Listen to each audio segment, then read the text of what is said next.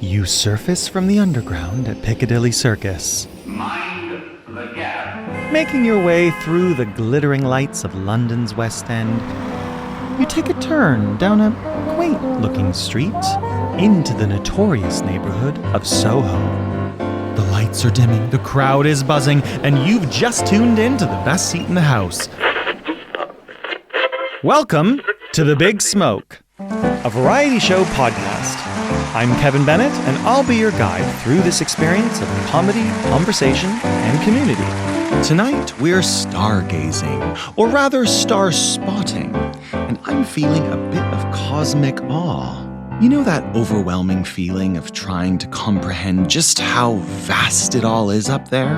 This episode is all about the stars and what they reveal about us down here on Earth.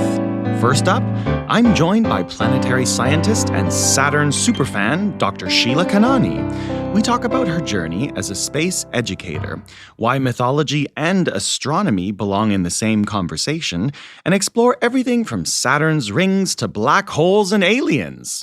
Then we head down to the River Thames to meet with our friend Sean Clark the Mudlark, whose latest find is a special object bearing a design that might feel strangely familiar to England fans this World Cup year. Before we head back to our audio stage, we pop to the local for a pint and a pub quiz. This round, aliens in pop culture. And finally, we return to the sky with poet Rishi Rian, who brings us a lyrical meditation on mental health, modern life, and airplane etiquette gone slightly off the rails. So whether you're looking up or digging down, let's get ready for liftoff. Dr. Sheila Kanani has worked in the space industry for over 15 years, and in 2022, she was awarded an MBE for services to astronomy and diversity in physics. She has written many books for children, including Can You Get Jellyfish in Space? And the upcoming This Book Will Make You a Scientist. The Starspotter's Guide is her first book for adults.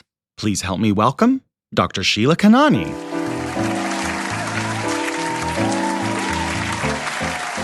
Sheila, welcome to The Big Smoke. Thank you so much for being here. Thanks for inviting me. It's great to be here. Well, I have to say, in the beginning of your fantastic book, The Starspotter's Guide, that we're going to talk about today, which I discovered, as I've mentioned on the podcast before, on one of my anti-algorithmic crusades through bookstores. I love wandering through bookstores and just discovering things that I might not normally discover.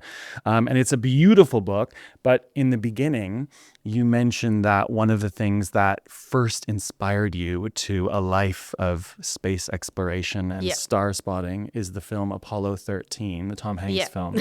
And I had never seen it. Oh, okay. Until last night. Oh, amazing. I watched it for the first time. Good research for you. Caused me a lot of stress in a good way. I mean, it's a great film. Yeah. But what was it about that first drew you in? I think you said you were 13 years old. Yeah. So I come from a family with what we call high science capital. So I was immersed in science from a young age. So science was always on the agenda for me. I wanted to be a vet when I was in my sort of primary age, 8, 9, 10 kind of thing. And then in the 90s, the cinema was a big thing. You'd go with your family, and I guess it's a different world now, isn't it, with all the ways of watching films now. But it was a big deal. We used to go once every now and again. And I remember going, and Apollo 13 is based on the true Apollo mission, ill-fated. They were supposed to go to the moon. They didn't. There were some mechanical failures in the spacecraft. They do get home safely. So, it's a disaster film, but a happy one. But for some reason, there was something about that film that just captured everything for me. And I came out of the cinema. I saw the moon. I remember having spacey dreams, a few days after that, and then thinking, I really want to go into space. I really want to travel into space. And like I said, it was sort of early 90s, I think that film came out. So Google, Wikipedia, etc. weren't really a thing. So I would have to go to libraries and read about space and astronomy to figure out how to pursue my newfound dream. So rather than like Googling how to become an astronaut, I went and read books about other astronauts or previous astronauts and space scientists and things like that, and became really enamored with the whole subject. But it was initially inspired by wanting to follow in the footsteps of Tom Hanks. Who doesn't want to follow in the footsteps of Tom Hanks? Yeah. Now, when you went to, because I didn't really grow up in a science forward, household. So I will admit, I didn't know. I knew it was based on a real mission, but I didn't know how it turned out. Yeah, no. So I was watching the film and I was thinking, God, I hope they didn't make a film that suddenly they explode and then they're all just gone forever. But absolutely. it was very much on the edge of my seat. So tell me, from watching that film, I'm curious because you then went and got your PhD and there was a focus around Saturn. Yeah. And so what led you from, wanting to follow in Tom Hanks's footsteps to this is the planet I'm going to focus on. This is going to be my study. I'm going to get a PhD in this. Kind of serendipity. So where I'd done my reading about astronauts, there was two main routes to becoming an astronaut back then. And one was the sort of military fighter piloty type route. And I've never been very tall. And there are very certain height restrictions on that route. Definitely wouldn't be tall enough to join the RAF or the military or anything. And it didn't really float my boat. But there was two astronauts I read about. One, the first British astronaut, Helen Sharman, who did a PhD in chemistry, and then second, Michael Foale, who's half American, half British, and he did a PhD in physics with astrophysics. So that was how I decided that I wanted to do a PhD. I was like, right, he's gone into space because he's got a PhD in astrophysics. I'm going to get a PhD as well. Didn't actually know what that meant back, when I was 13, but followed the academic path into the space industry. And when I was choosing my PhDs, or choosing which ones to apply for, I applied for about 5 or 6. And they ranged from topics from planets outside of our own solar system to dying stars to planetary science. And one of the projects was to do with a spacecraft being built to go to Venus, built by the laboratory where I was applying to do my PhD. And I thought, that sounds really cool. And it was one of the ones that I got, partly because I'd done work experience there when I was 15. So I had some links there. But in between me accepting this Venus PhD and actually starting, I think that mission was postponed or cancelled or something, and they said, this isn't happening, but we've already got a spacecraft going round Saturn. We've built one of the instruments, we're getting the data back. How do you feel like getting involved in that one instead? And that's how it kind of happened.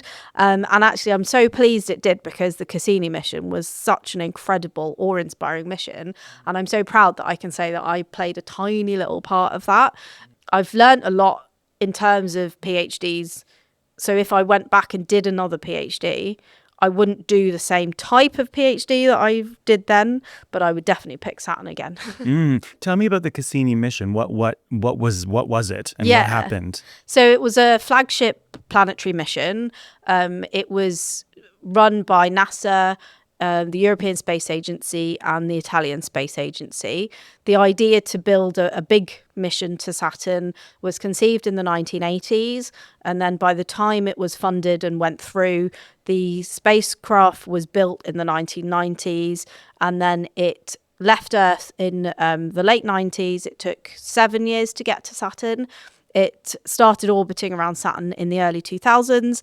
And then orbited around Saturn for almost 14 years, which was like 4 times what we expected. It was such a successful mission that we have approximately 50 years worth of data still to analyze. We've rewritten the textbooks on Saturn. And then Cassini, the spaceship itself, the mission needed to finish, and there were lots of different end scenarios for it. But what scientists chose to do was deorbit Cassini into Saturn's atmosphere, so it burnt up in Saturn's atmosphere. So there was a watch party where people from all over the world congregated. You couldn't actually see anything because it's so far away, but they were looking at the data. And there was a time delay on the data, but slowly the data started to die off, almost like a heartbeat. So people had been involved with this mission for 30 years, And it was a really emotional time. Like, people were in tears, and, you know, because you're kind of like losing something that you've been attached to for such a long time. But really inspirational mission. Cassini itself was about the size of a double-decker bus, so a massive thing. It had 12 instruments bolted on, built by different space agencies across the world. Hundreds of scientists across the world were part of it. And one of the other special things was that you have a principal investigator who's the person in charge of each instrument. So there were 12 PIs. And at one point, there were 6 of those PIs were women. And that was a big deal in the 90s and the 2000s as well. So, yeah, really inspirational mission. And I mean, I could talk about that all day. Oh, my gosh. What's your off the top of your head, your favorite thing? You said there's still 50 more years of data to analyze. But so far, what has been a discovery about Saturn that, you know, wasn't known before Cassini that delighted you or inspired you?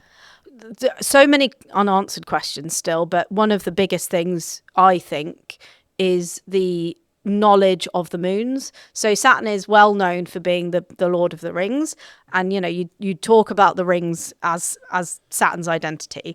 But actually, before Cassini went up, we thought that Saturn had, you know, tens of moons, and now we know it has over 150. Wow.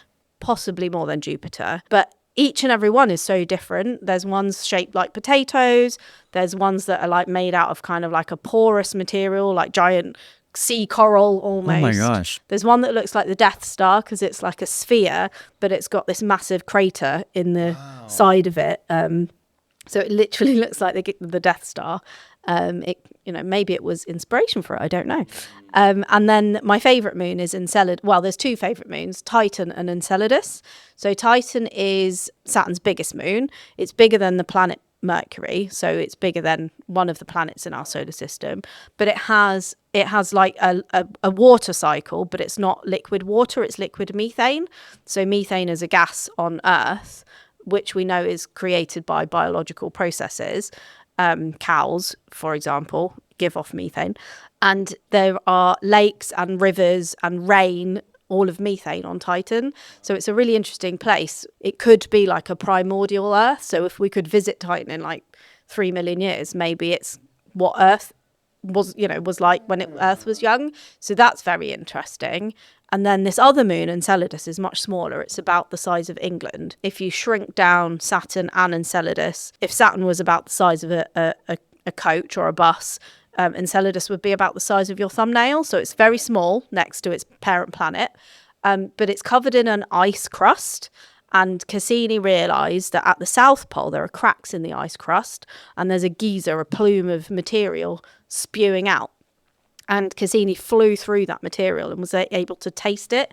And it's salty water and then a bunch of kind of building blocks for life kind of chemicals. So like ammonia, nitrogen, carbon, sulfur, and all this stuff is spewing out like a plume of material into space. That plume feeds one of Saturn's rings. So the E ring of Saturn wouldn't be there if it wasn't for this tiny moon that is orbiting around and spewing material out. So that's quite a big deal. But also models suggest that underneath the ice crust, there's a subsurface ocean. And in that ocean, it's salty water with all these chemicals in that we associate with like biological processes. We know that microbial life can live at the bottom of our ocean and feed off hydrosulfuric vents and, you know, those kinds of things. So if we could go back to Saturn and drill through the ice and swim about in the water and analyze it, maybe, just maybe, there's microbial life living on Enceladus, which is kind of mind-blowing. But we don't know, but it could be a possibility. Oh my gosh. Okay. So many exciting things. Wow. So it's so fascinating. I have one more little, maybe an obvious question about Saturn that I realized when you were talking, I never thought about or don't know, but pardon if it's a basic question, but why does it have rings and what are the rings? Yeah, no, it's not a basic question at all. The reason it has rings is gravity, basically. So the bigger an object is, the more gravity it possesses. and around the equator of something, that's where the gravity is the strongest. So the rings are made of particles as small as dust and as big as small moons, but they congregate around the middle of Saturn because that's where the gravity is the strongest, and it's pulling it into this sort of disk of material. And there's lots of different mechanisms that can cause rings. So I've talked about Enceladus as one of them, but also, again, because of the gravity of this massive planet, there could have been asteroids in the past that smashed into Saturn and broke up into pieces, and then those pieces were stuck around the planet, or meteors and other objects that have been captured by the gravity of Saturn, and then these clumps of stuff. Dust and ice, again, coming from some of the other moons. But then these moons that are within the rings are called shepherd moons, and they keep all this stuff in the formation. So gravity is the main reason, but like even Earth and some of the other smaller planets would have some amount of stuff, debris orbiting around it. But because Saturn's so big, and because it's also got these shepherd moons in there keeping all the stuff together, the rings are a lot more pronounced. Okay, wow, fascinating, so interesting. Okay, well, we'll move on from Saturn for a second. So I have this fantastic book that I discovered, the Starspotter's Guide, and this is, I was reading your first book for adults. So you've written and put together many books for young people. Yes. I'd love you to tell us just how did this come about? Why did you decide it was time to write your first book for adults? What was that? What was the decision behind that? I was approached by the publishers, Bloomsbury. They said to me that they'd read some of my children's books. And I think the specific lady that approached me had maybe seen me give a talk or something. And she said, "Oh, have you ever thought about writing for adults?" And I said, initially, when I was approached by a literary agent, they thought I would write for adults. And then I sort of fell into writing for children, but definitely wanted to have a go. And so it was a kind of two-way process that I was interested anyway, but they suggested that they would sort of help me because it is slightly different writing for adults. A lot more words are involved, and slightly less kind of the word. Well, I'm going to say hand holding, but it's not quite that. But when you work with children's publishers, there's a lot of, there's the illustrator, and there's quite a lot of people involved in getting the word count right, and, doing this and doing that. Whereas with the adult, and I don't know if, obviously I don't have any other book to compare it to, but I was kind of left a little bit to my own devices, which was slightly scary, but also quite freeing. And I do teach older children, so I kind of brought a bit of that into it. And I think Starspotting is a good way to start because, for example, I could have written a book about planets, but it's a lot harder to go out and then look up and look at planets. Whereas with some of the stars and things, there is a nice link to actually doing something. Yeah. Well, I think, from my background in theater, I think sometimes one of the reasons I think the book is so engaging is because you have a background in writing for young people. Because I think sometimes people who do theater for young people, you just have to look at it from a lot of different angles. And it's like, how do we capture the attention of an audience that might not know that they need to sit quietly for the whole length of the play, or they haven't built up those customs or whatever it is as an audience. So I'm sure as a reader, there's similar things. And it's a really dynamic book with stunning images as well as really interesting stuff that you've written about. Well, I wanted to ask you another kind of general question about the book. One of the things that really drew me into it was you weave all this history and mythology and stories of how different people and different cultures have used and interpreted the stars and constellations and what it was for. What was the choice behind it being this wonderful confluence of science, history, mythology, as opposed to if it was like only science, based? Yeah. How did you choose to do that? I think with stars and with anything space related, we have to look at the history as well, because one thing for sure is every single human being that has ever been on this planet would have looked up. And so way before science was a thing, I know we do science all the time without thinking about it, but way before like the telescopes and the maths and all of that, we would have just looked up. And that's essentially where a lot of the stories come from. maybe that's where religion comes from as well. But, that's probably another conversation. We'll do another podcast on that. And I think the history and the sort of diversity of the fact that no matter where you are on the planet, no matter where human beings started on the planet, they would have looked up, they would have seen the sun, they would have seen the moon, they would have seen the stars in some formation. To have just the science in it would have just so been a bit kind of one-dimensional to me. And I love talking, obviously, and I do love storytelling. And I think bringing that human element into it was really important for me. And I really wanted to include as much of the storytelling as possible, but not just from the kind of Western point of view as well, and bring in that, sort of everybody. Yeah, and it paints a picture too of you look up now and think these certain things, and you can find out this information. And as you said, people have been looking at the stars since people existed. And so giving us some pointers towards how different people interpreted them through history is absolutely fascinating. One of the things you say is that you love in the book when common stories from different places emerge about, interpretations of the stars. Is there any examples of that you can share with us that stand out to you, just in terms of the mythology or what they're used for, or the stories that were created from people looking up at the stars? Yeah, it's pretty mind-blowing, because we've got these official 88 constellations as decided by this organization called the International Astronomical Union, which is all very formal. But over the years, we've got, we maybe in the Western world are taught about Orion and Gemini and, even the zodiacal constellations and things. But you go to anywhere on the world, anywhere on the planet, and I haven't been to all these places, but there will be different or similar constellation stories. And we'll break it down first, because if you think, what is a constellation? So technically, it's a chunk of sky with some stars in it. But we always think of the constellations as like this dot-to-dot picture that humans have looked up and decided. And the links are quite tenuous. Like, if you look at the star formations, it might be a W, but actually the story behind that is an evil queen who did this and did that. And you just think, God, these people were imaginative, to come from, there's one that looks like a coat hanger, but is actually a lion. There's, a triangle that's actually a dolphin or whatever. So it's quite tenuous. Like, where are people getting these from? But regardless of the kind of tenuousness of these, how are they pitching all these together, you go to different places on the planet and they will have very similar stories.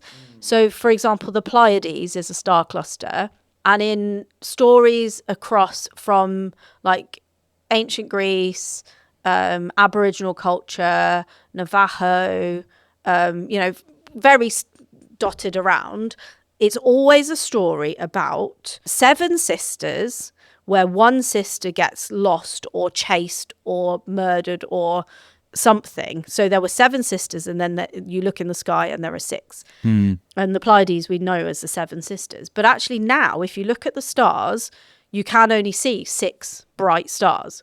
So why have all these different places have got the story about 7 sisters? But if you look at how the stars have changed over the years, trace it back to 10,000 years ago, there would have been 7 stars in this constellation, but the stars have moved slightly, and now it looks like there's 6. So that's suggesting that 10,000 years ago, there was a story about 7 sisters that one group of people told each other, and then all these people migrated to different places on the planet and are still telling the same story. And that's kind of mind-blowing if you think about it. Like, you could, it's again another tenuous link, but you could trace the migration of people back to one place because they all know this story from 10,000 years ago. And I just think that's mad. Like, you can sort of do that. So yeah, look up the Pleiades. Orion is another really great example. Orion the hunter, who is a hunter in quite a few different cultures, but can also be the crown of an Egyptian god, a different type of hunter in some Indian stories. I think it's an animal in some Aboriginal stories, etc., etc. So Yeah. Well, speaking of Orion, actually, I was thinking that the Orion is stitched throughout the book a few different times, sharing different stories. And I thought, and one of the things I loved about it is you said that it's one of the constellations that's visible in both hemispheres. Yes. Yeah. So I thought there was something kind of beautiful speaking about people looking up and looking at the same sky. This is one of the ones where there's stories that are created, but the whole world sees it. Can you tell us a little bit about the uniqueness of Orion, why it's stitched? I mean, specifically, what blew my mind when I was reading in the book, and I'd love to hear your take on this, is you were talking about the connection to the pyramids or possible connection to the pyramids. And I thought, wow, that's wild. So tell us a little bit about, if you can, about Orion and different people's interpretation or connection. I've got some notes because I can't always remember everything. But yeah, so Orion, like we said, is the hunter in the ancient Greeks and the Romans. In the Hindu scriptures, it's Kalpurush, which is also a hunter with a bow. And I think the humans see humans in things, or we see faces in things. That's the word. We did an episode about it a couple episodes ago. Yeah. Fascinating. And I think, like when before I was saying about, this coat hanger is Leo the lion and this W is Cassiopeia, but I think Orion does almost look like a body with the belt across. Yeah. So it is quite easily, it's a good one to start with. It is very easily visible in the northern hemisphere. My knowledge of the southern hemisphere is not as good on a day-to-day basis. I've only been a few times to the southern hemisphere, but obviously I've written about it. But it is quite widely recognized. It's also quite a useful constellation as a pointer to other things. So if you look over the left shoulder of Orion, you can see this, and this. And if you look over the right shoulder, or if you follow the belt up this way, you point to the Pleiades, etc.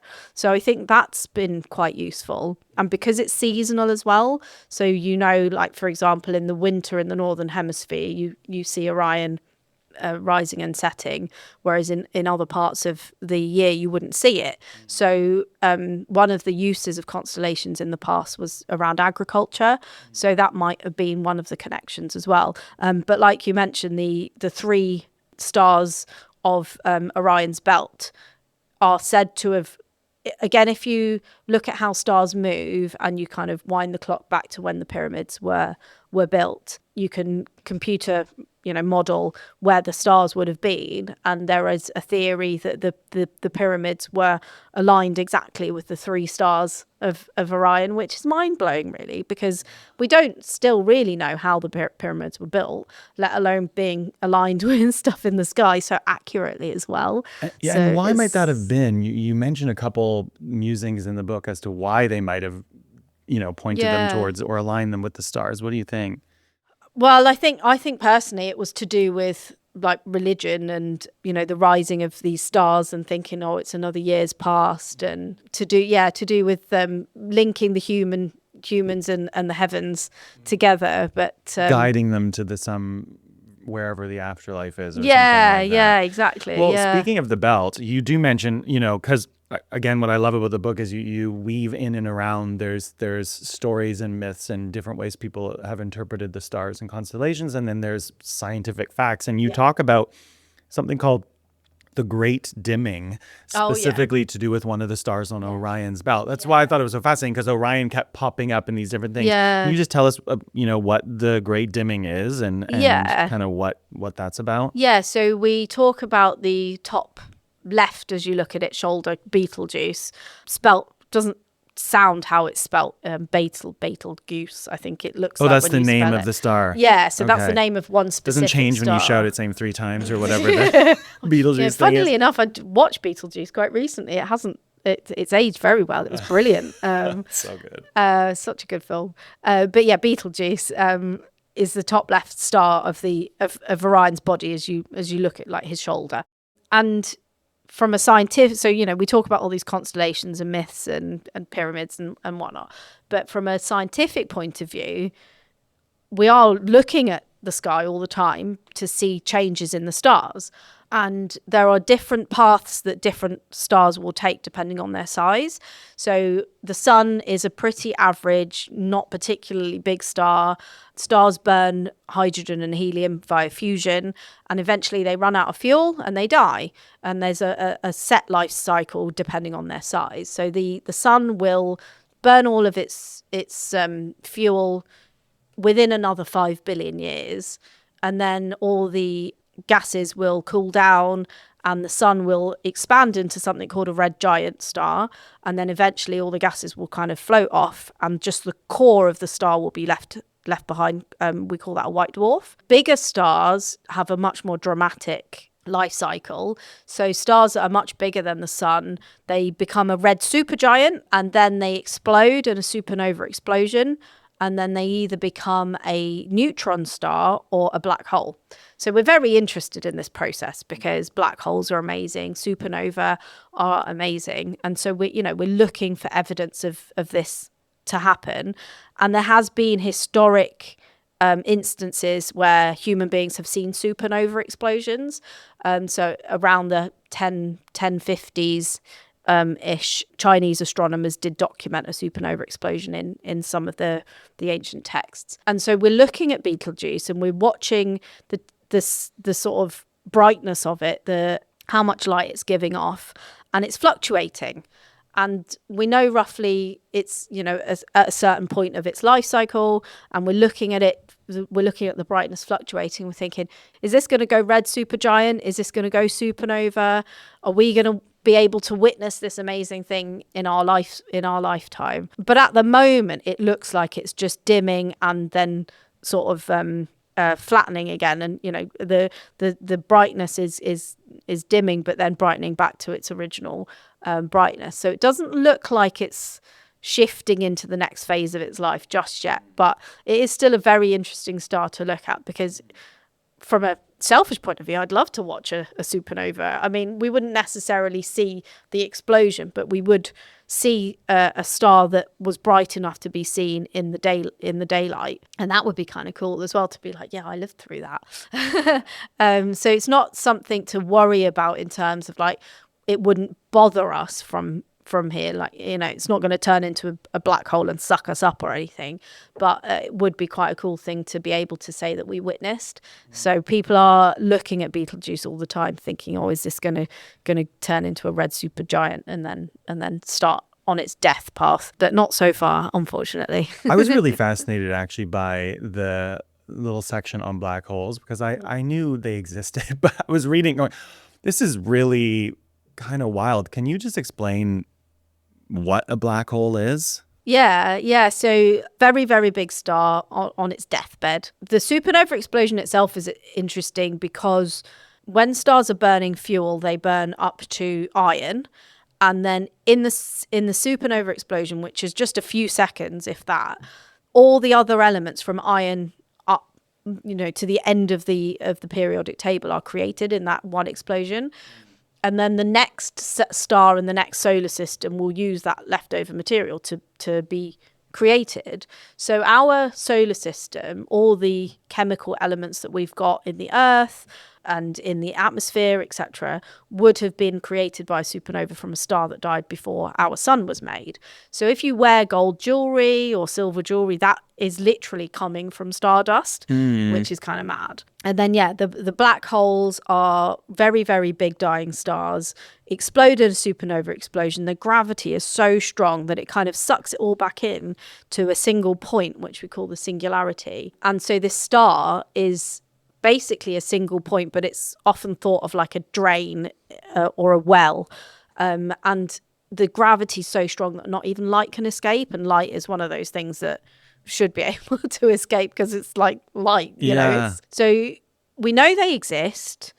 Up until relatively recently, they were mathematically certain, but then we have been able to infer their existence through other methods. So you can see some stars moving in unusual ways. From looking, you can't figure out why, but actually it's because it's orbiting a black hole, for example.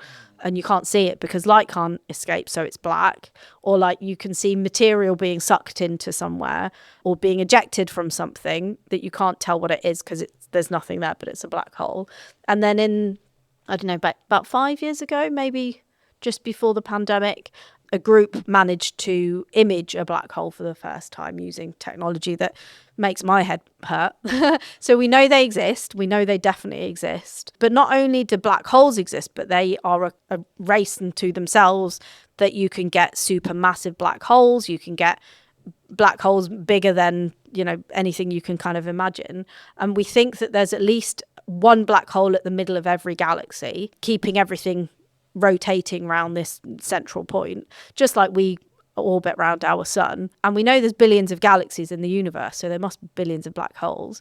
And then to go even further, there's the theories that black holes could be you could get to one black hole in one part of the universe and one in another, and they kind of connect into these kind of wormholes and tunnels to other places in the universe. But we're kind of realming into sci-fi a little bit there. Well, that was the part when I read that. I went, oh my God, Yeah. this is so wild. I love this. I mean, so many of the things blow my mind because it's so it's the vastness. It's the vastness of it that you think, where do we even, it's actually, you know what? Speaking of this sometimes incomprehensible nature of space and everything that's up there. Yeah. You work with young people a lot.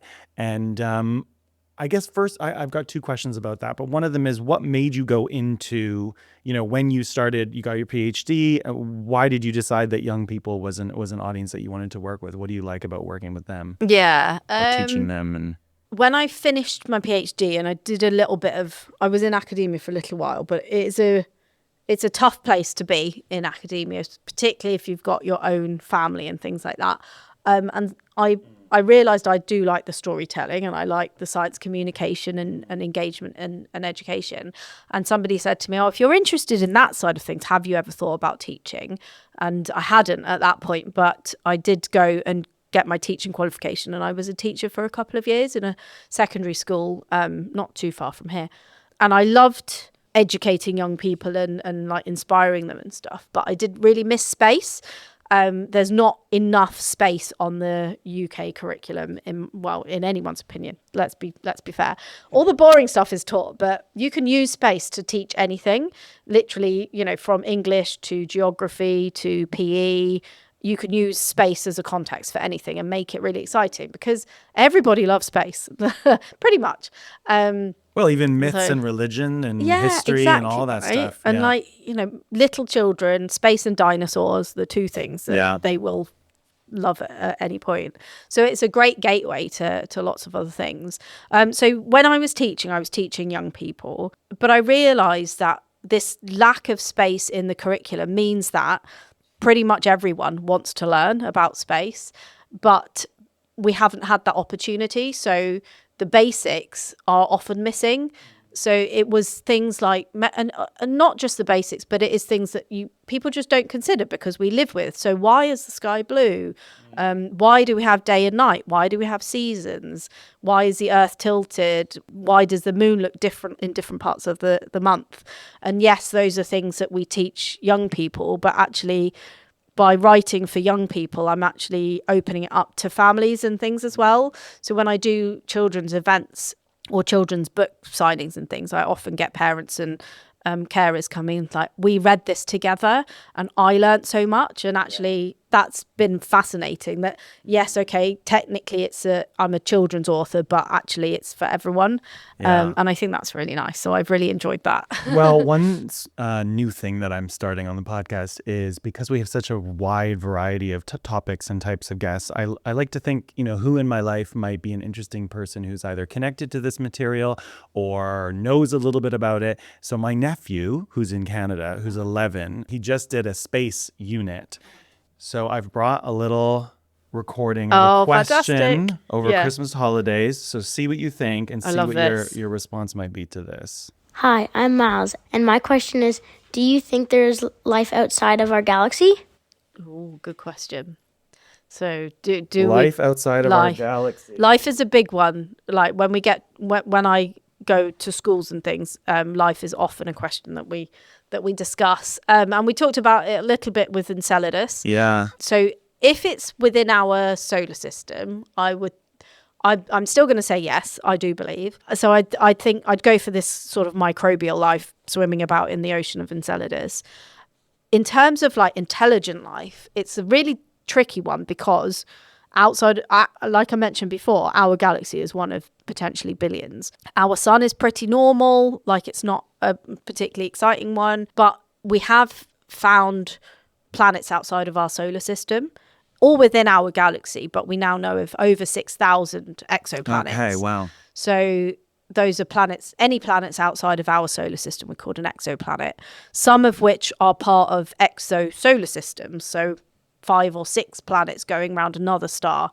And we are starting to be able to measure conditions of these places quite far away. So we look for, the thing is, the only life we know is the life on Earth. So we always look for life like us. So carbon-based life forms that need water to survive. So we look for carbon and water wherever we visit. And we look at planets in the habitable zone of their solar system, or the Goldilocks zone, where they're close enough to their star that they get the light and the heat from it, but not too close so that it's too hot. So this Goldilocks zone. And we specifically look for where water can exist as a liquid, because we know we need water as a liquid. So we're kind of narrowing down our search quite specifically to look for life like us. But even then, we still found thousands of planets in our galaxy that are going around stars. So it would be a bit kind of, I don't know, biased to imagine that we are alone. But then if there is intelligent life out there, why hasn't it contacted us? But then maybe it's talking in a different way, you know, or maybe it's like a silicon-based life form that doesn't converse, or maybe it's looked at us and decided not to. That's one of the other things. Could be. But also it's a timing issue. So when we're looking at things in space, we're looking at them in the past, because it takes light a certain amount of time to travel. So when we look at our sun, we're looking at it 8 minutes in the past, because it takes 8 minutes for the light to get from our sun to us. So when we're looking at other stars, it could be 50 years, it could be 100 years, it could be 2,000 years in the past. So maybe there is stuff there, but it just hasn't got to us yet. So And is that the same when you look at it through a telescope? It's still the same amount of... Yeah, okay, yeah, right. definitely. So everything we're looking at is slightly in the past, which is kind of mind-blowing. But that also means that if there's something looking at us, they might not be seeing us, because they might be seeing us in the past. Right. So, roll back 1,000 years, they're looking at humans 1,000 years ago, not us now. Yeah. So there's this sort of time travel issue as well. So I do think in terms of numbers and size, there has to be other things out there. Yeah. But why haven't we all kind of fit together yet? But then equally, if we are alone, that's pretty messed up too. Yeah. 'Cause that on this would- one yeah. arm of the of the galaxy. I just was thinking as a follow-up to that, what's the furthest we've been able to see in a detailed way? I'm pretty sure we can see some of the oldest things in the universe in some way up to about 13 billion years ago. I think they're called quasars. So they're very, very, very old stars formed very soon after the Big Bang. But I don't know the detail or anything like that. Because we can see, because we're in a galaxy. What's our galaxy called? The Milky Way. It's the Milky Way. I Yes, was going to yeah. say, then I suddenly doubted myself. But we can see other galaxies. And as you said, there's thousands or millions or tons and tons of other galaxies. Yeah. Have we been able to see more than just the Andromeda galaxy next to us? We can see other galaxies as well. So the Hubble Space Telescope did quite a while ago now, where it focused on just one tiny piece of sky for, I think it was like 60 hours or something like that. It's called the Hubble Deep Field Image. And if you look at it, first of all, you think you're looking at stars in the sky.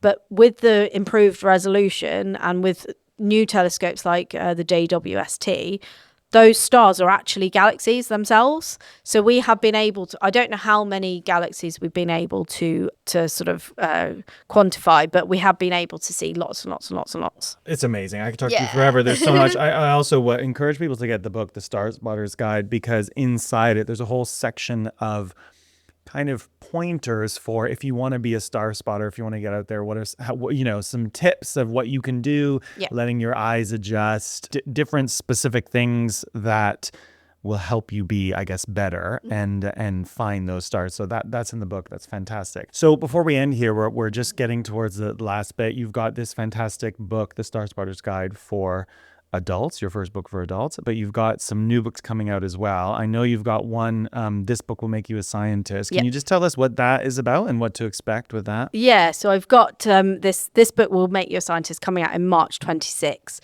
That is part 2 of a series by Nosy Crow and Cambridge University. The first one was called This Book Will Make You an Artist. So that's quite an interesting one as well. Cool. In Scientist, it's based around 25 different scientists through history, and there's a little biography, and then there is a related experiment that you could do with them. So, for example, there's a little biography of astronaut Mae Jemison, and then there's some train like an astronaut activities.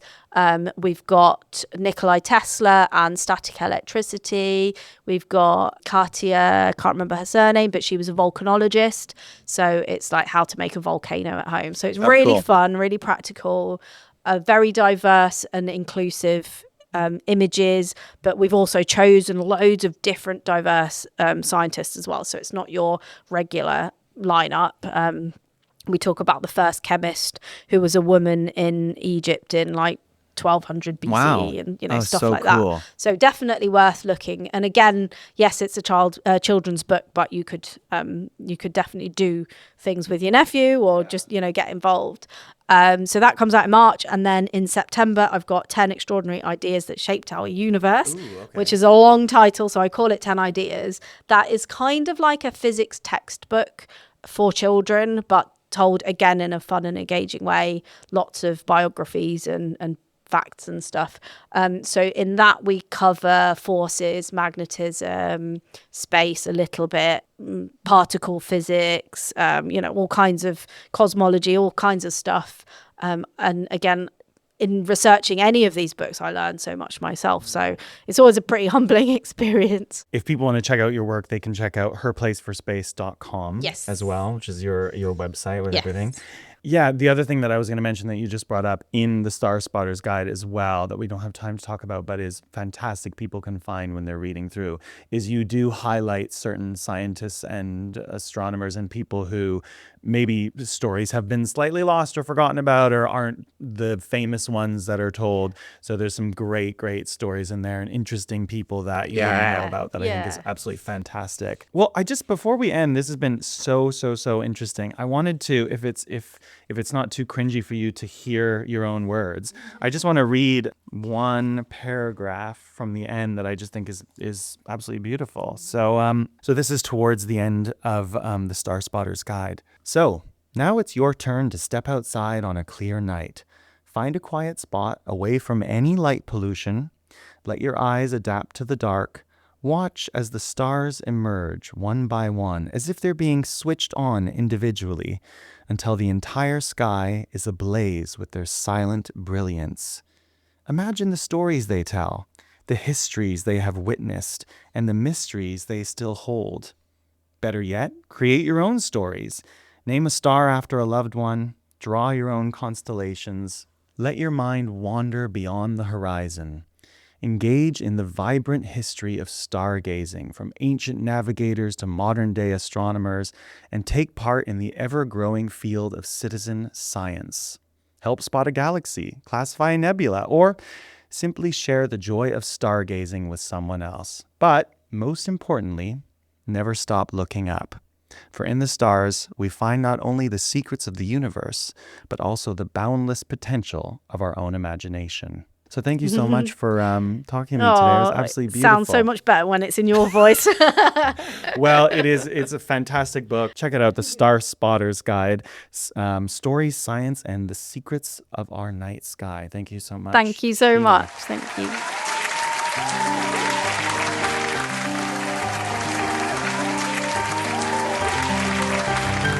In the heart of Londinium, Lugdenham, London town, let's just call it the Big Smoke, is our River Thames. It is the living, breathing artery of our city, rising and falling every day with the tide. Because it is uniquely a tidal river, there are a group of licensed historians called Mudlarks who bring themselves to the foreshore every day and with only the naked eye help uncover the history of London in an effort to learn about the everyday people who have inhabited our corner of the world. So, it's time for us to venture down to the river and visit with Sean Clark the Mudlark to find out what has found him lately. Hello Big Smoke listeners, it's Sean Clark down here at the Thames foreshore, and I wanted to tell you about a special object that found me very recently. But before we get going, let me tell you a bit about myself. I stumbled upon mudlarking in 2020 after my beautiful wife Trudy passed away. The peacefulness of the foreshore and the magic of the River Thames giving up its secrets on every tide is quite spiritual to me. I like to say that the artefacts find me rather than the other way round. Bone dice, beads, pilgrim badges and coins are some of the treasures that I've added to my collection of foreshore finds. So, what do you have for us today, Sean Clark? Kevin, the find today I think is really special, and it's probably one of my favourite finds. It's a near complete medieval floor tile.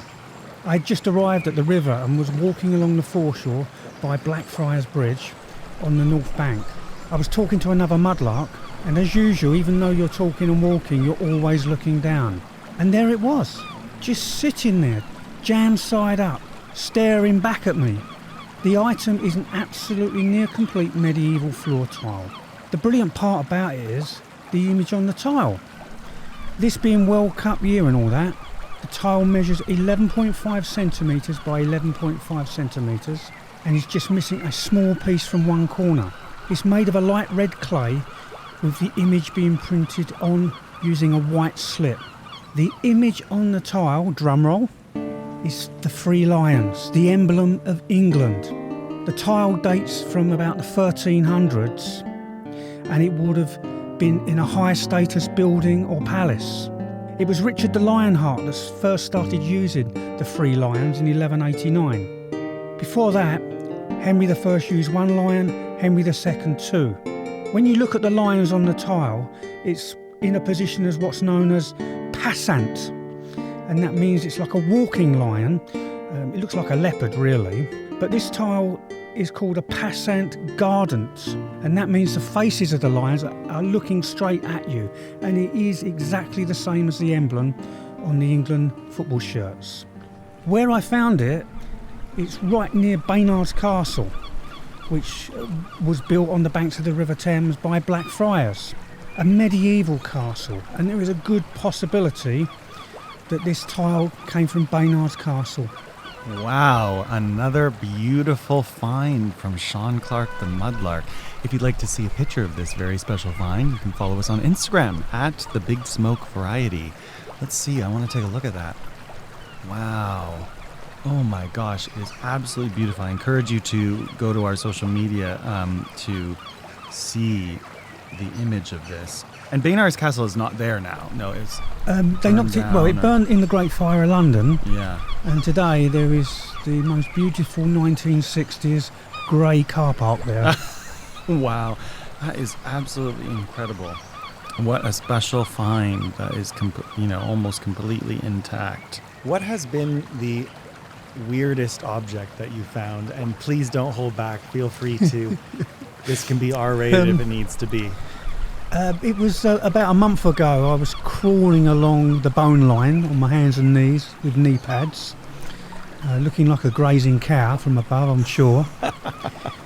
And I stumbled on this thing that was purple, and I picked it up, only to realise that it was a large rubber dildo.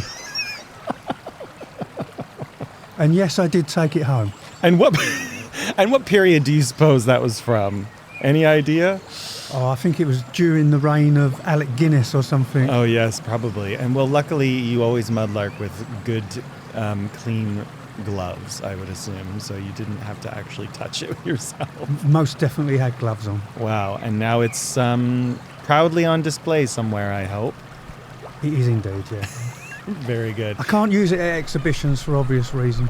You never know what you're going to get when you go down to the River Thames. And if you'd like to learn more about mudlarking and what's going on in the wonderful world of the London Mudlarks, what kinds of things do you have coming up this year, Sean? We have something very special coming up at the end of March, Kevin. It's hands-on history. It's a mudlarking exhibition at the Worshipful Company of Watermen and Lightermen at St Mary at Hill, not far from Monument Station. It's free entry and it runs from Friday the 27th to Sunday the 29th of March. It's in the most beautiful building. It's a guild. And what makes me chuckle is the ceilings in the main hall was plastered by someone called Josiah Wedgwood, which is mad. I just see him there with his trowel in his hand doing jasperware on the ceiling. Also part of the exhibition, I will be doing a walking tour around the streets of that area, talking about the traders who lived there in the mid-1600s and who issued trade tokens, telling you the stories of their lives and what was going on in that area. Wonderful. So if you happen to be in London in March, we will link all the information to that in the show notes, and definitely worth checking it out. I've been to that building before and it's absolutely beautiful to see the building, as well as, of course, all the mudlarks and their objects. And there's plenty to see. There's always plenty to see, so you can check out the latest finds of Sean Clark, as well as many other mudlarks if you attend that exhibition. Fantastic. Well, thank you so much for sharing a bit about your wonderful world and the world of mudlarking here on the Big Smoke. You know what? Now that we're out and about here in London, how about we pop into the local for a quick pub quiz? This round, aliens in pop culture. Question number 1, The War of the Worlds. Who wrote the novel that inspired the legendary 1938 radio broadcast, The War of the Worlds? Not to be confused with the radio play's director, whose name sounds very similar. I say, do you still think it's a meteor, Professor? I don't know what to think. The metal casing is definitely extraterrestrial. Not found on this Earth. Friction with the Earth's atmosphere usually... Question number 2, Mars Attacks. In the 1996 sci-fi comedy Mars Attacks, what does the phrase shouted by the Martians translate to in English?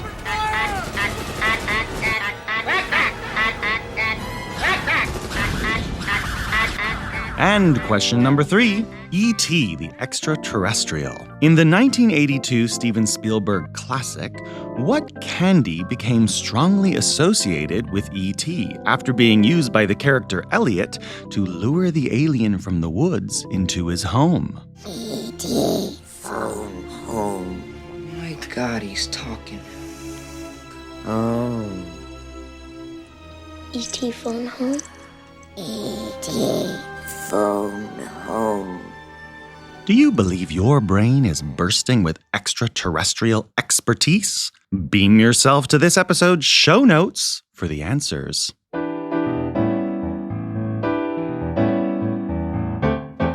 Let's tune back into our audio stage. Please enjoy Rishi, Rian, and cabin crew prepare for landing. Hello, my name is Rishi. I am from St Albans in Hertfordshire, and I am on a plane which is about to take off. I went to visit a friend who I'd met on the street in Edinburgh, and it's one of those things where she said, come and visit me, even though she didn't really know me that well, and I thought, okay, that'd be quite funny if I actually did go and visit her and spend time with her family for a few days. But yeah, I'm on this plane, and most people on this plane are utterly preoccupied. Cabin crew are chatting amongst themselves like pleasant hyenas, passengers speaking to each other or to people on the other end of a phone pre-flight. Most of them are getting their thumbs stuck into apps on their mobiles, like unwitting, naive, leathery shoes on quicksand, and I'm sat there, checking every few seconds that my belt is in fact done up properly, knowing that when cabin crew pass me to cross-check the belts, I can look up and smile like a bean baby, or one of those toys with big eyes, ever so adorable, law-abiding, and ever so willing to be plucked from a store shelf and taken in, given a name and a warm bed, to be potentially mauled by a dog, at which I click my tongue and whisper to myself and the stranger beside me that that's just life, isn't it? It's ever so fleeting, so unpredictable, but that's what makes it exciting, isn't it? He was absorbed in his device, scrolling like someone in a hurry, maybe like an action hero, looking for a secret code that would set him free. Flashes of animals, stringy cheese, and young women in bikinis sent me into a dizzying state, at which moment, to my relief, the seatbelt sign came on. "Put that away now," I said. "Sorry," he said, with what could only be described as a slightly alarming, potentially affronting attitude. I'd just noticed his biceps were quite big, as were his legs. "Put that away now, fella, put that frown away. Turn that frown upside down, partner, we're gonna have a fab journey. We're a right pair," I said, retreating from my desire to rip his phone away from his skin and to tell him to focus on the safety demonstration. He sighed and resented me quite deeply even before we had taken off. Cabin crew made themselves known to us. One of them was prouder than the rest. His pride was verging on arrogance. He came to my part of the plane to check seatbelts. I avoided eye contact because though I wanted to like him, he reminded me of a kind of teacher. He made eye contact and suddenly I was afraid of flying again, like I had been when I was half my height and half my weight. I looked around to distract myself in the spirit of mindfulness. I counted the right angles around me, as they suggested on the phone to me once, to deal with my panic attacks. Everything, however, in this plane was curvy. The seats, the windows. I thought of the slides that are supposedly destined to erupt from the sides of the plane if we land on water. My thought patterns were now, I could tell, slippery. Cabin crew were strapped to their special seats as the flight took off, and the roar of the engines gave me a chance to zone out from my mental noise and to really see what was going on now that we were airborne, now that I was being rocked by the wind like a cradle in a tree. Some passengers were reading books they didn't like. Some folk were on their iPads watching some tat that had supposedly good reviews on IMDb, and most of them looked downright dejected. I was bored and disturbed by them, and I found myself now slumped in my regular seat. "Something about me, mate, is that I'm an empath," I told the guy beside me. He was sleeping now, had an eye mask on. He looked like a kind of overgrown beetle. "I'm an empath. Call it my superpower if you want, I won't judge you. It just means that I feel things deeply, other people's feelings. Yeah, blessing and a curse, if I'm being totally honest." He snored and momentarily woke up to slurp the saliva that was trying to fall away from him and his demeanour. Him sleeping, everyone else looking dejected. "Oh, this is a disgrace," I said. The only people who really felt alive to me on this plane were the cabin crew, even if one was like a teacher. They were all fine lines and healthy stitching, hair done all nicely. They could walk freely and talk freely. They could handle snacks. In fact, they had to. It was part of their remit. We, the passengers, were chained to our squeaking seats, sitting next to people we didn't want, smelling their smells and feeling uneasy about the whole thing. "Excuse me," I said to the 40-something-years-old lady who was next to me, who I clambered over only to march towards the cockpit. And there they were, cabin crew, gathered outside the toilets at the front of the plane. They were all smiles. They were all teeth. They were three-dimensional, and I wanted a bit of it. "You," I said, pointing to the most arrogant one, "you're coming with me. Actually, no, you're all coming with me." Amongst a tussle of "get off me" and "what the hell do you think you're doing?" I bundled them into the cockpit, or the bit where the pilot sits, the snout of the plane, if you will. I told the pilot not to worry about all this, and told cabin crew that pilot would appreciate their company, wouldn't you, pilot? Who nodded and gestured to cabin crew to sit on the chair or the floor if they liked, their eyes looking up at me like those of baby foxes in a bush, bewildered and probably upset. I'd taken the clothes from one of the cabin crew, the arrogant one, changed into them in the petite toilet and gave him my clothes in return. I ran some plain water across my hands and slicked my hair best I could, and stepped out into the bit where all the food and perfumes are kept. Unwrapped something to do with Kylie Minogue, gave myself a little squirt and took a deep breath. Yeah, I felt good. I was here. "I'm your cabin crew now," I whispered in the phone that broadcasts to the whole plane. "I promise to be caring, to lift you out of whatever funk you're in. I'll be better than them, I promise." Not many seemed to notice, aside from an elderly couple at the front of the plane who looked at each other with what I'd like to say was a look of intrigue rather than panic.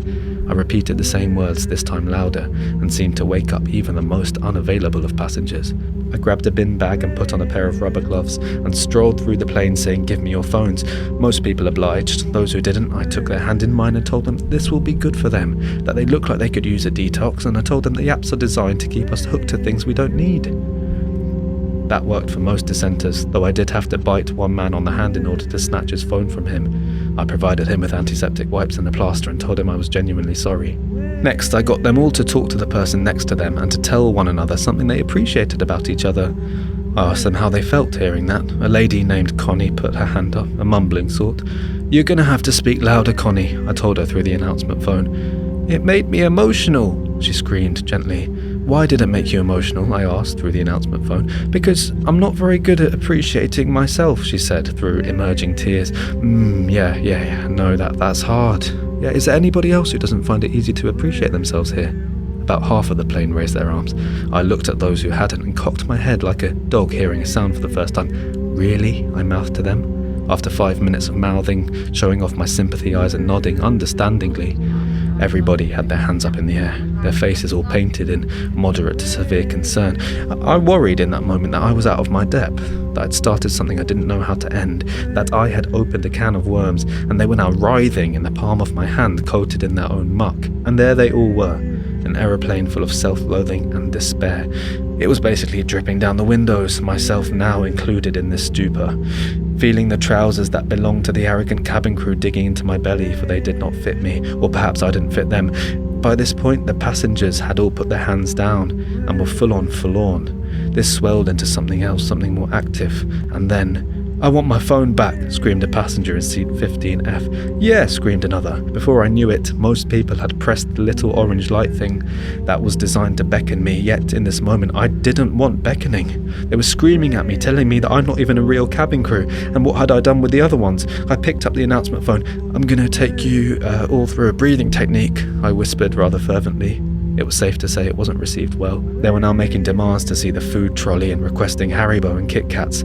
I turned the plane into a bunch of werewolves and I didn't like the thought of being their full moon. They were out of their seats, some of them, effing and blinding. Kids were climbing on the ceilings, dangling from the suitcase compartments, pointing and spitting. I was only trying to help. I was only trying to help, I screamed. It was getting louder and louder and it was hurting my ears, so I stormed into the cockpit and begged the pilot to turn on the seatbelt sign, and so he did. "It's chaos out there," I said to the cabin crew, who I had expected to be seething, but received no response. Instead, they had their noses in their phones, sniffing it all up. So, on that note, out came mine, just to kill the ever-precious time.